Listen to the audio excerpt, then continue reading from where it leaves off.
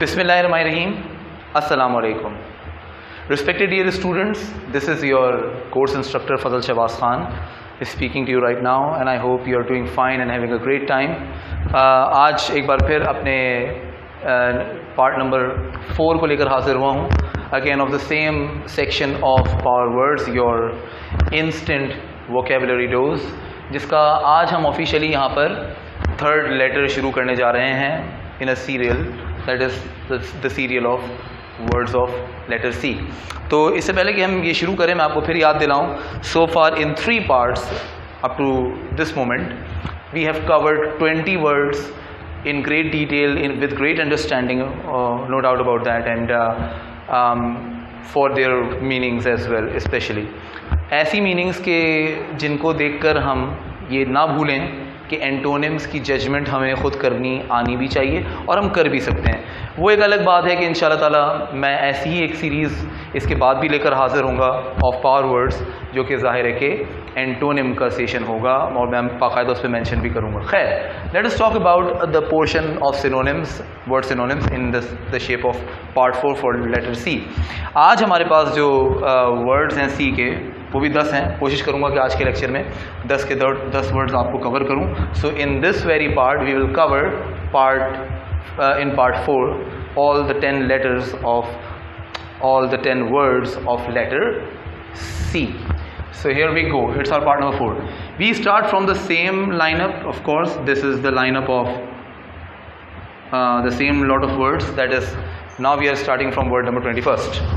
जो पहला word है आज हमारा वो होगा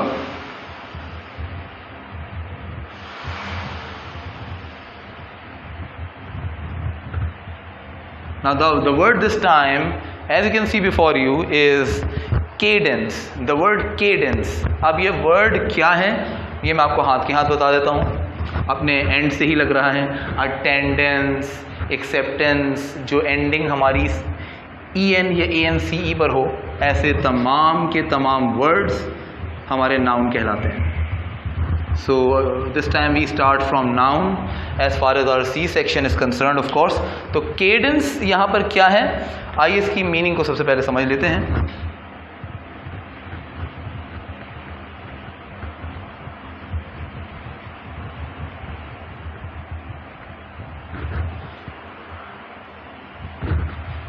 और फिर जाहिर है कि इस पर सेंटेंस भी बनाएंगे.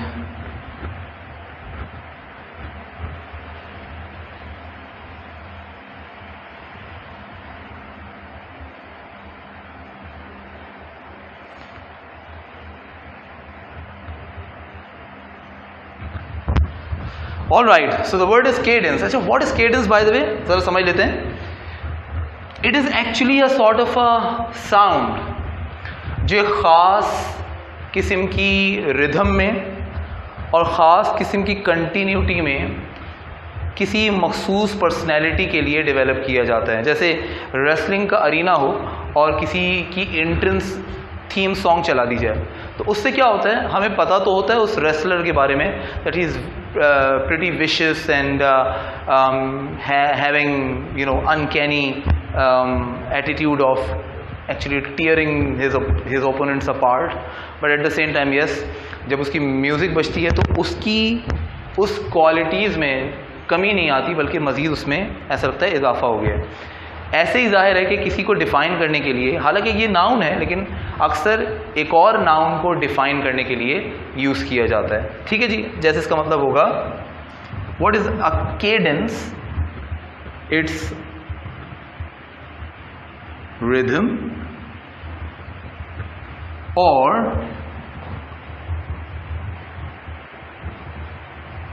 साउंड. किस तरह से? इन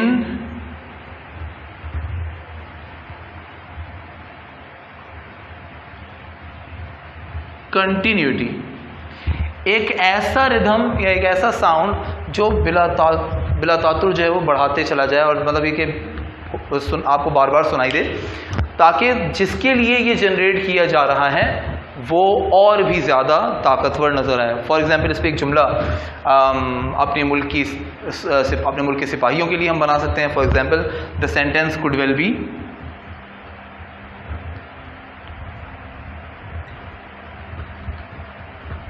द केडेंस, अच्छा देखिए केडेंस खुद एक नाउन है, लेकिन जब हम नाउन को ही किसी और नाउन को डिफाइन करने के लिए जुमले में यूज़ करें तो हमें जिससे हम डिफाइन कर रहे हैं उसको पहले लिखकर हमें ऑफ का सहारा लेना होगा, that is O F, of.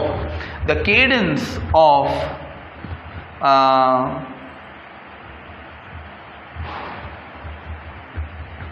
the soldiers and their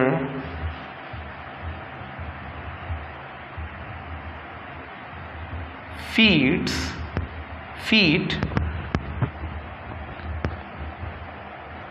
during the march, ये अप्रैल से पहले वाला और फरवरी के बाद वाला मार्च नहीं है। अगर ऐसा होता तो मैं एम कैपिटल कर देता। ये मार्च है, लेफ्ट राइट ऐसे मार्च को यहाँ लिखा है मैंने। द केडेंस यानी the rhythmic, the cadence of the soldiers and their feet, सिपाहियों की रिदमिक आवाज़ और उनके कदमों की रिदमिक आवाज़ मार्च के दौरान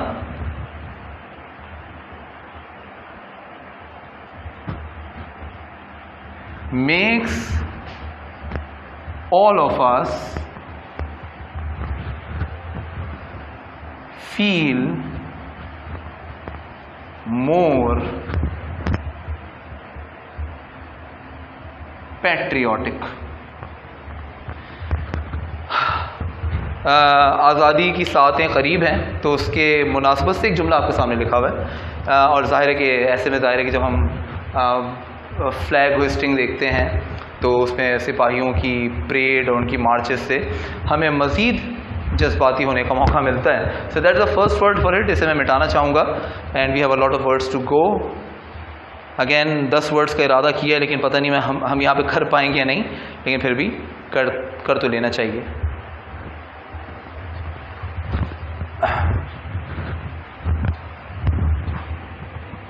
now we have word number 22, which is not a noun indeed, so we remove this.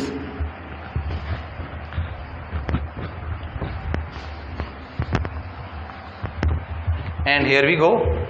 Don't forget it's our part number 4. Now the word this time is something that you might have heard. The word this time is cajole. The word is केजोल। कुछ लोग इसे cajole पढ़ते हैं, cajole, वो भी गलत नहीं है, वो भी सही है। कजोल और केजोल अमेरिकन और ब्रिटिश का फ़र्क है। ब्रिटिश कहते हैं केजोल। तो केजोल का मतलब यहाँ पर which is a first form of course and a first form of none other but definitely a verb. So आसान सा मतलब है केजोल का,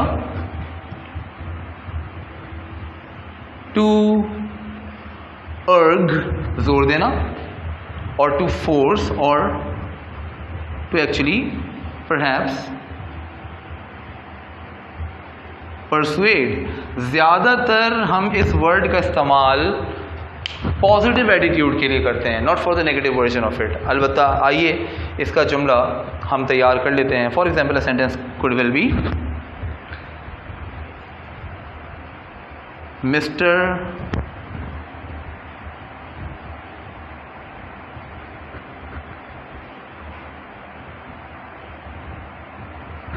Mr. Nasir has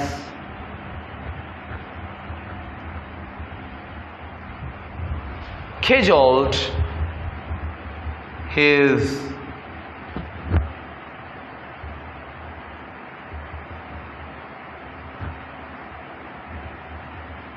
counterparts of business for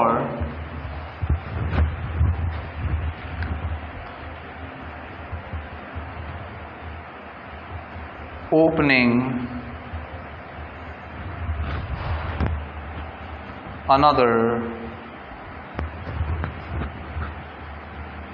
branch of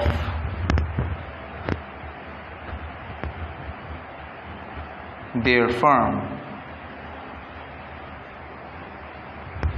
mister Nasir ने मजबूर किया, फोर्स किया इन अ पॉजिटिव वे, जोर देते हुए अपने बिजनेस के काउंटर पार्ट साथियों को, जो उनके बराबर के शेयर होल्डर्स हैं, उनको जोर देते हुए कहा कि हमें अपनी फर्म की एक और ब्रांच ओपन कर लेनी चाहिए, और ऐसा उन्होंने कहा. So that is second word of it. I hope कि ये भी आपको क्लियर हुआ होगा.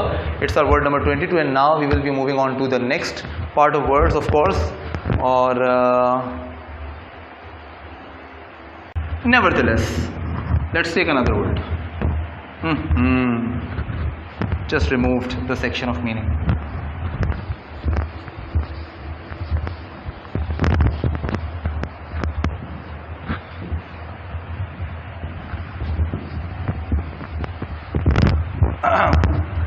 Now this time the word that we do have here is a very unique one, and this is cerebral. The word is cerebral. अब of course ये word क्या है, अगर इसको गौर किया जाए तो ये किसी नाउन को डिफाइन करता है. तो हर वो वर्ड जो नाउन को डिफाइन करे वो कोई और नहीं, वो सिर्फ और सिर्फ हमारा एडजेक्टिव होता है.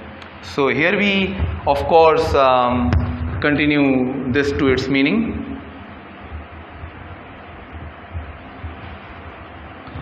लफ्ज़ cerebral जो है उसका लफ्ज़ी मतलब होता है दिमागी, जहानत से मुतल्लिक. फॉर एग्जाम्पल अगर इसकी मीनिंग में लिखूं तो इसकी मीनिंग कुछ यूँ होगी,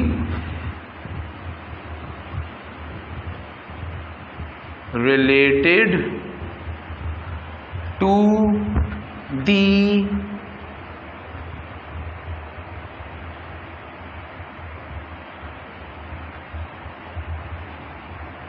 इंटेलेक्ट और related to the mental statement of mind, mental state of mind. तो जहानत से रिलेटेड या दिमागी, मैं ऐसे ही लिख देता हूँ क्योंकि समझने में शायद मुश्किल हो, तो ये भी लिख दिया.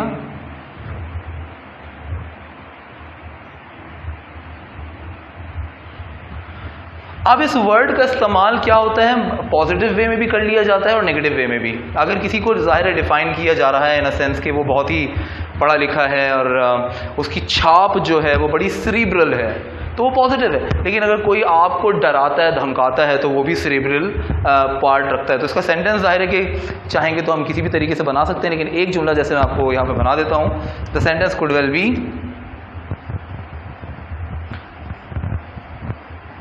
there are different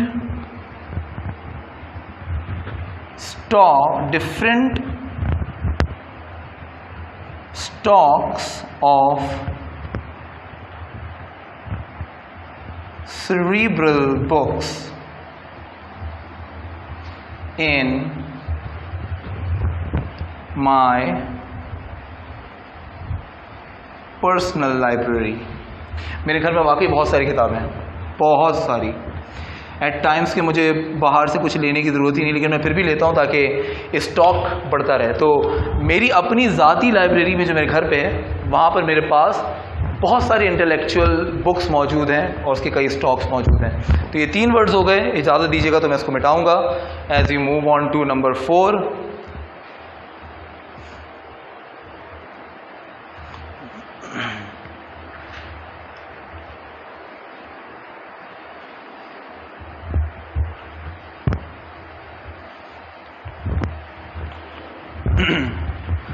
So the next word do we have here is our word number 24. Of course it is adjective to be, so we don't remove this.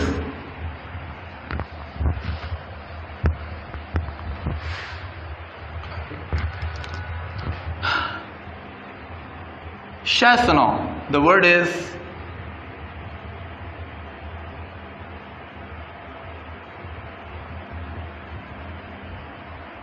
Collateral. अच्छा, कोलैटरल लफ्जी तौर पे इसका मतलब हो सकता है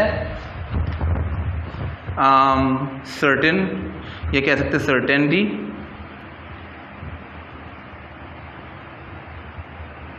it's an adjective of course. या किसी चीज़ की श्योरिटी या किसी चीज़ की सिक्योरिटी.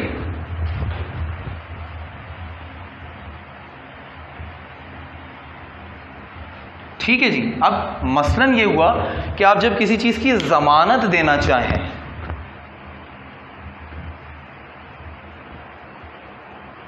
ज़मानत अक्सर किन चीज़ों की होती है? जो इंश्योर्ड हो। आप किसी कंपनी की गाड़ी ले लेते हैं तो आप कहीं भी उसको हिट करते हैं, so you become bitterly certain, not suspicious Indeed, कि इसकी भरपाई मैंने नहीं करनी, किसी और ने करनी है। जैसे एक जुमला है,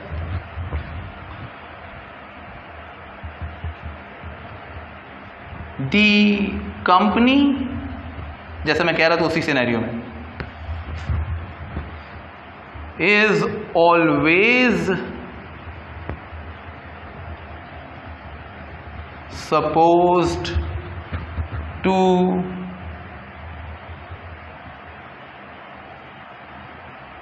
fulfill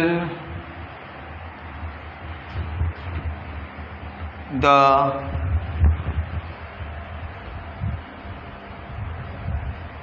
requirements of its employees apostrophe s लगाओ तो दोबारा ऐसे नहीं लगेगा, employees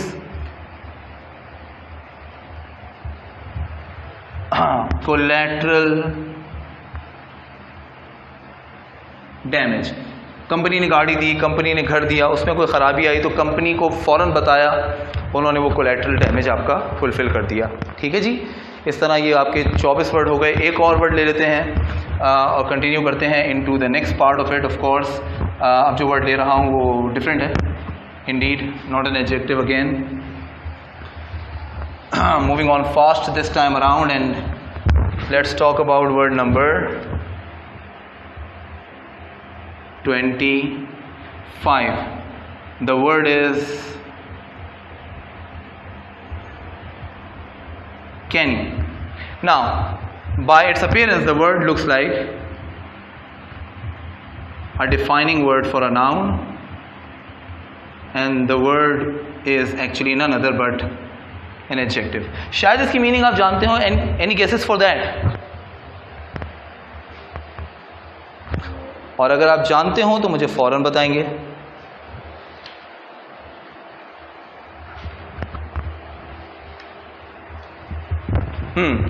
कैनी जो है वो कहते हैं शातिर को, क्लेवर को, मक्कार को भी कह सकते हैं। तो जैसे इसकी मीनिंग हो सकती है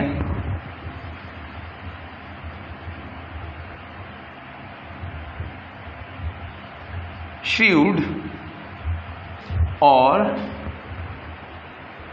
क्लेवर। ठीक है। फॉर एग्जाम्पल जैसे इस पे एक जुमला बन सकता है,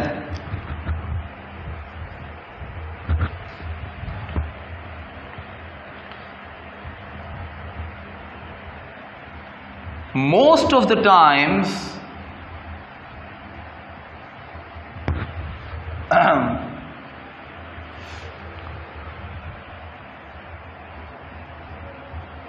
the police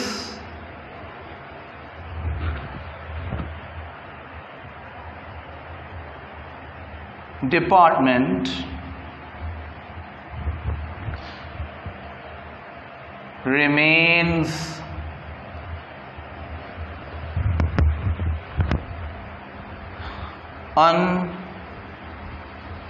unsuccessful in keeping their Kenny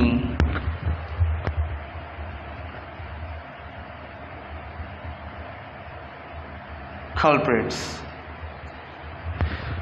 jail में कई कैदी होते हैं, वैसे कैदियों से आप यही एक्सपेक्ट करते हैं कि वो कैनी हो, मतलब तेज़ हो, क्लेवर हो, बहुत कनिंग हो, शातिर हो।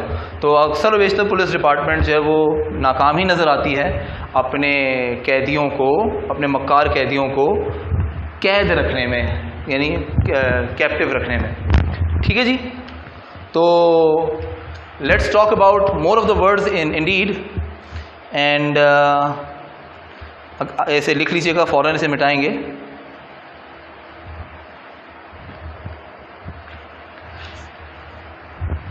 एक अच्छा सा वर्ड है बहुत, और आपके लिए लेस कॉमन है, सुना ही नहीं होगा आपने। मैं लिखता हूँ ज़ाहिर है कि ये इस बार एडजेक्टिव नहीं है तो इसे मिटाऊंगा।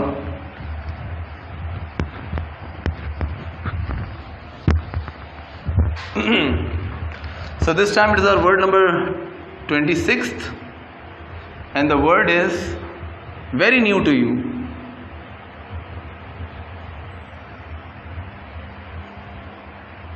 This is clemency और of course ये जिस तरह की एंडिंग रखता है हर वो वर्ड जिसके एंड में सी वाई आ जाए, जैसे decency, accuracy, such as clemency, तो फिर वो जाहिर है कि हमारा नाउन ही होता है और कोई दूसरा पार्ट ऑफ स्पीच तो होता ही नहीं। तो इसकी मीनिंग यहाँ पर बड़ी आसान है। The meaning of the word is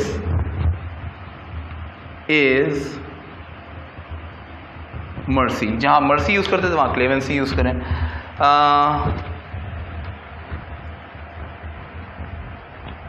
At the time of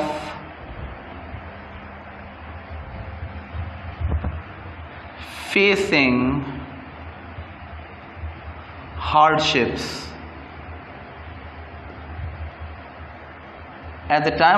hardships, we always crave कहते हैं बेग करने को। एक और वर्ड आ गया सी के अंदर ही, आपको एक और वर्ड सी का मिल गया। वी ऑलवेज क्रेव, देखिए वर्ड यूज हो गया, क्लेमेंसी ऑफ अल्लाह ऑलमाइटी।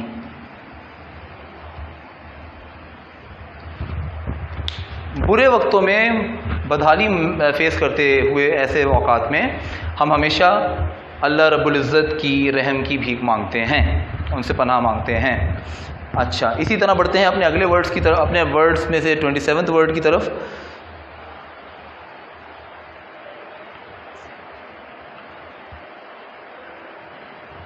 और बहुत सारे वर्ड्स हैं, उनमें से एक अच्छा वर्ड है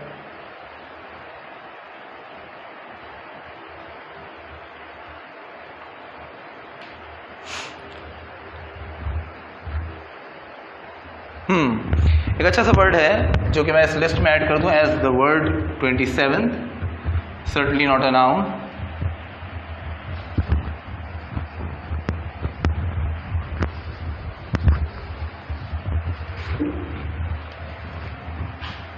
this is our word number 27 and the word is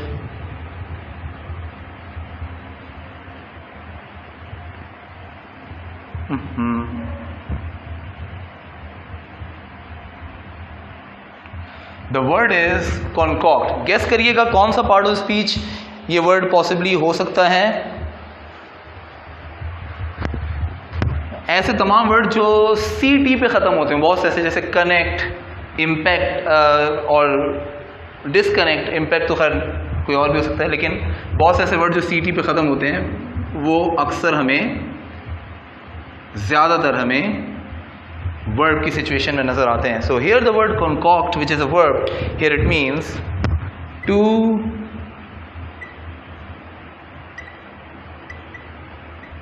fabricate और मेक समथिंग अप और मेक अप फॉर समथिंग। मसलन किसी चीज़ को देखकर उस जैसी कोई चीज़ तैयार करना, या किसी चीज़ की कमी पड़ जाए तो उसकी जगह का कोई रिप्लेसमेंट तैयार करना। ऐसा एक सेंटेंस आप भी कोशिश करें बना के देखिए। कुछ सेकंड्स आपको दे रहा हूँ, नहीं तो फिर आपके लिए एक सेंटेंस मैं यहाँ पे बना देता हूँ। फॉर एग्जाम्पल एक जुमला है, पिछले दिनों मेरी कज़न ने मेरे एक और कज़न के साथ एक ट्रिक किया था। क्या किया उसने? मैं लिखता हूँ ऐसी, like a third person, she concocted the most improbable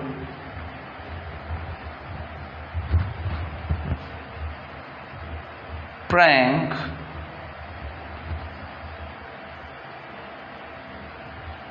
with Asif. Asif मेरे एक और कज़न का नाम है। उसने एक बहुत ही अनबिलीवेबल इम्प्रॉबेबल सा प्रैंक फैब्रिकेट किया आसिफ के लिए, तैयार किया, मतलब वो जो कि जाहिर है कि रियल जैसा लगा लेकिन रियल तो था नहीं। लिख लीजिएगा, मैं फ़ौरन आगे बढ़ूंगा into the final set of words of course to move on to word number 28, 29 and 30। The 3 are of course remaining, जिसके बाद जाहिर है कि हमारा आज का पार्ट यहाँ पर मुकम्मल हो जाएगा।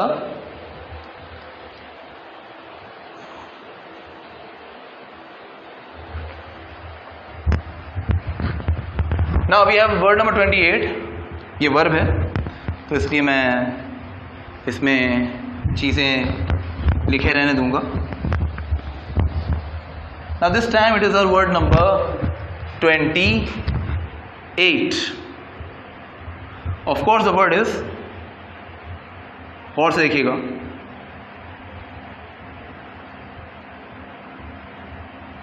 The word this time is contravene. Now contravene like intertwine और intervene है, ऐसे ही एंडिंग के साथ है तो इसे हम वर्ब ही यहाँ पर कहेंगे ऑफ कोर्स, तो इसे साथ साथ नोट करते रहेंगे। और ये वर्ड जिस बार मैंने आपके लिए निकाला है, अरे यार वो देखें चार्जिंग पे लगा दें। अच्छा ठीक है ठीक है ठीक है, सॉरी मैं ज़रा सा चार्जिंग को लेके परेशान हूँ, ये कहीं बंद ना हो जाए। हाँ, तो कॉन्ट्रवीन इंटरवीन की ही तरह का वर्ड है लेकिन एक डिफरेंट डायरेक्शन में है, जिसका मतलब है किसी चीज़ के हक में बात ना करना, उसके अगेंस्ट बात करना। जैसे किसी चीज़ को कॉन्ट्रेडिक्ट करना, या इन अदर वर्ड्स किसी चीज़ को ओपोज करना, प्लस डिनाई या रिजेक्ट करना, निगलेक्ट करना। ये सिनोनिमस वर्ड्स आपके सामने मज़ीद सी की ही कैटेगरी से लेकर और आगे मिल गए। मसलन for example, in a meeting of last month, मसलन एक जुमला आपके सामने है, most of the employees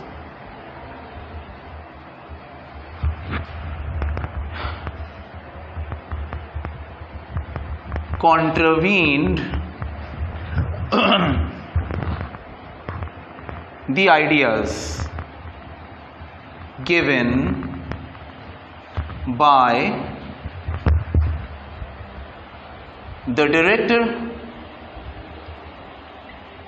director साहब ने पिछले महीने इमेजिन मीटिंग में बहुत सारी बात की, तो उसके अगेंस्ट बहुत से एम्प्लॉयज़ ने उनकी तक बात पर कॉन्ट्रवीन कर डाला, मतलब उसे रिजेक्ट कर डाला। इसे भी नोट कर लीजिएगा as we move on to the final 2 words of course, as we are completing finally a section of C here.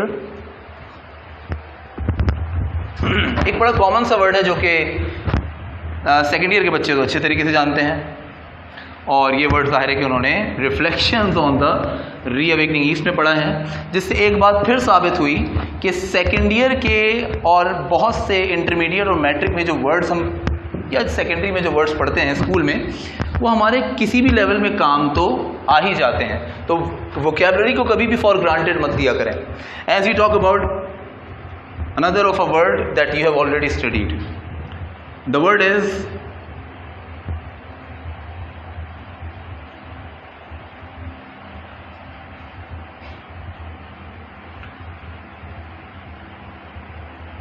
कॉस्मोपॉलिटनिज्म।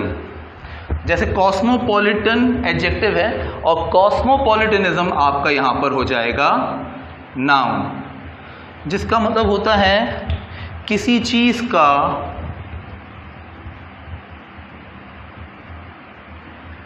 World wide होना, या किसी चीज का यूनिवर्सल होना। ऐसी चीज को कॉस्मोपॉलिटनिज्म कहा जा सकता है जो सब मानते हो, ठीक है ना। फॉर एग्जाम्पल बर्टन रसली लिखते थे, एक जुमला याद आ गया, मॉडर्न cosmopolitanism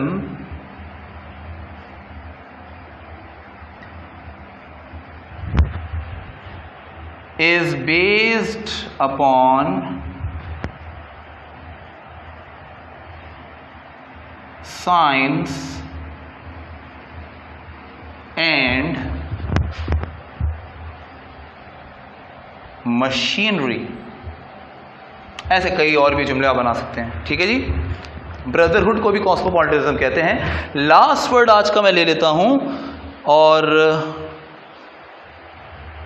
वो वर्ड हमारे लिए होना चाहिए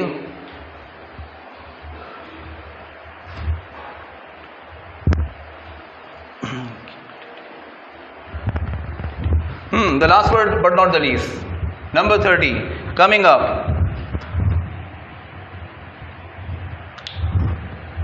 नाउन ही होगा, इसलिए मिटा नहीं रहा, सेंटेंस तो जरूर लिखूंगा. Let's do it fast and let's end this in a single lecture. That is, the word is cupidity. The word cupidity is again this time a noun, जिसका मतलब यहाँ पे होता है लालच का होना. लिख सकते हैं to have strong greed or desire. जुमला हो सकता है cupidity of something even required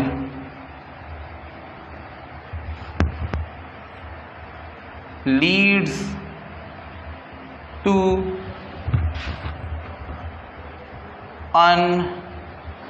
unhappiness as well as destruction. किसी ज़रूरी चीज़ की भी बहुत ज़्यादा लालच करना कभी कभी और अक्सर हमें ले जाता है गम की तरफ और तबाही की तरफ. Till we meet into the 5th part of the same series, it's goodbye.